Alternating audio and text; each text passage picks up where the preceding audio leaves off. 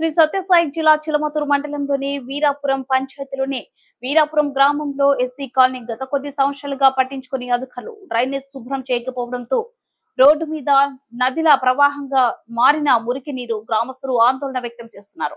చుట్టుపక్కల నివాసం ఉంటున్న గ్రామస్తులు అనారోగ్య సమస్యలతో హాస్పిటల్ చుట్టూ తిరుగుతూ ఉన్నవి. వాటి పరిస్థితి అధికారులకు దగ్గరికి ఆర్జీ రూపంలో సమస్యలు చెప్పినా పట్టించుకుని పంచాయతీ సెక్రటరీ